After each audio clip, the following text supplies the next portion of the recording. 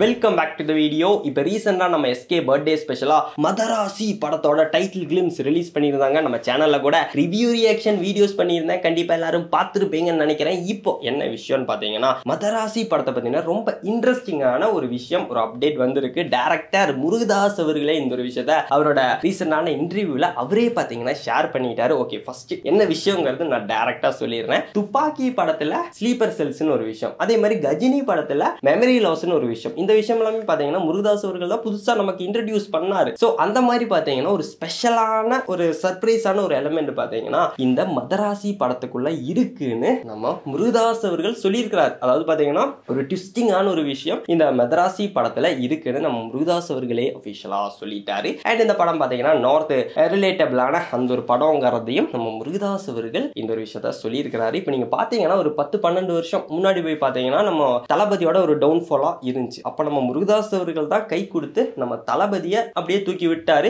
என்னதான் நம்ம தளபதி அதுக்கு முன்னாடி துப்பாக்கி படத்துக்கு முன்னாடி நிறைய படங்கள் பண்ணியிருந்தாலும், ஆக்ஷன் படங்கள் பண்ணியிருந்தாலும், துப்பாக்கிக்கு அப்புறம் தான் தளபதியோட அந்த ஒரு ரேஞ்ச், ஓகேங்களா, அந்த ஒரு ரேஞ்சுங்கிறது துப்பாக்கிக்கு அப்புறம் தான் கொஞ்சம் கொஞ்சம் கிடையாது, ரொம்பவே ஹை ஆயிடுச்சு. அது எல்லாருக்குமே தெரிஞ்ச விஷயம் தான். ஸோ அதே மாதிரி பாத்தீங்கன்னா நம்ம முருகதாஸ் அவர்கள் அதுக்கப்புறம் பல வருஷங்கள் கழிஞ்சு அவருக்கு ஒரு டவுன்ஃபால் வந்தப்போ ஓகே தளபதி கையை கொடுத்து, அப்ப தளபதி பீக்கு தானே, ஒரு 2-3 வருஷம் முன்னாடி, இப்பவும் பீக்கு தான், அதுல எந்த ஒரு சந்தேகமே கிடையாது. இருந்தாலும் 2-3 வருஷம் முன்னாடி ஓகே முருகதாஸும் நம்ம தளபதியும் ஜாயின் பண்ற மாதிரி இருந்துச்சு. பட் அந்த ஒரு ப்ராஜெக்ட் பாத்தீங்கன்னா சில பல காரணங்கள்னால ஓகே ஃபெயில் ஆயிடுச்சு, அந்த ப்ராஜெக்ட் நடக்கல. அதுக்கப்புறம் தான் நம்ம முருகதாஸ் அவர்கள் எஸ்கே அவர்கள் கூட கை கோர்த்திருக்கிறாரு. ஸோ இந்த கனெக்ஷன்ஸ் எல்லாமே எங்கெங்கயோ போகுது. நம்ம தளபதி துப்பாக்கியை கொடுத்தாரு, துப்பாக்கி படத்தோட டைரக்டரே தான் இப்போ நம்ம எஸ்கேவோட படத்தை டைரக்ட் பண்றாரு. அதுவும் நம்ம துப்பாக்கி படத்தோட டைரக்டர் தளபதி கூட சேர்ற மாதிரி இருந்து அந்த ஒரு ப்ராஜெக்ட் கேன்சல் ஆனதுக்கு அப்புறம் அடுத்த ப்ராஜெக்டாவே பாத்தீங்கன்னா நம்ம எஸ்கே கூட ஜாயின் பண்ணியிருக்கிறாரு. அப்படி இப்படின்னு பாத்தீங்கன்னா மொத்தமாவே அந்த ஒரு கனெக்ஷன்ஸ்ங்கிறது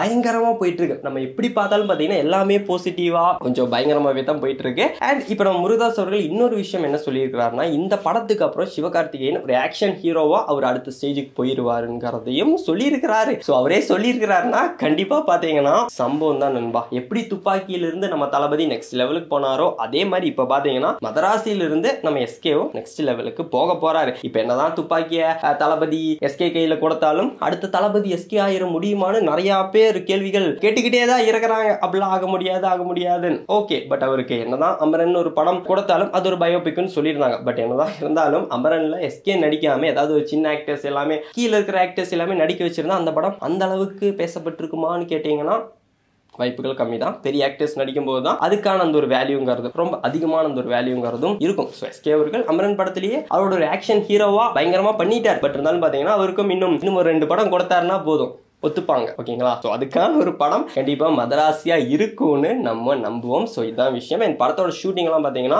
முடிஞ்சிருச்சு. இன்னும் கிளைமேக்ஸ்ல கொஞ்சம் ஷூட்டிங் மட்டும் இருக்குன்னு தான் நம்ம முருகதாஸ் அவர்கள் சொல்லியிருக்கிறாரு. அண்ட் பிஜிஎம் அனிருத் அவர்கள், ஸோ அதை பத்தி பேசவே வேணாம். அதுல எந்த ஒரு ஃப்ளோவுமே வரப்போறது கிடையாது. பிஜிஎம் ஆனாலும் சரி, சாங்ஸ் ஆனாலும் சரி, எல்லாமே அனிருத் அவர்கள் அவர் பார்த்து பாடுறா, அதை பத்தி எல்லாம் கண்டுக்க வேண்டிய தேவையே கிடையாது. ஸோ இதான் நண்பா விஷயம். வீடியோ பிடிச்சா லைக் பண்ணுங்க. இந்த மாதிரி அப்டேட்ஸ்க்காக நம்ம சேனலை பார்த்தீங்கன்னா மறக்காம சப்ஸ்கிரைப் பண்ணி அந்த பெல்லையும் கிளிக் பண்ணி வச்சிருங்க. அண்ட் இந்த வீடியோ பத்தினா உங்களோட கருத்துக்கள் ஏதாவதெல்லாம் இருந்துச்சுன்னா, இப்போ வரைக்கும் யாராவதெல்லாம் பார்த்துட்டு இருந்தீங்கன்னா ஒரு லைக்கை போட்டு அப்படியே ஏதாவதெல்லாம் கமெண்ட்ல சொல்லி விடுங்க நண்பர்களே. அண்ட் ஓகே நண்பா, ஆல் இஸ் வெல், எல்லாரும் சேஃபா இருங்கோ. நெக்ஸ்ட் வீடியோல பார்க்கலாம்.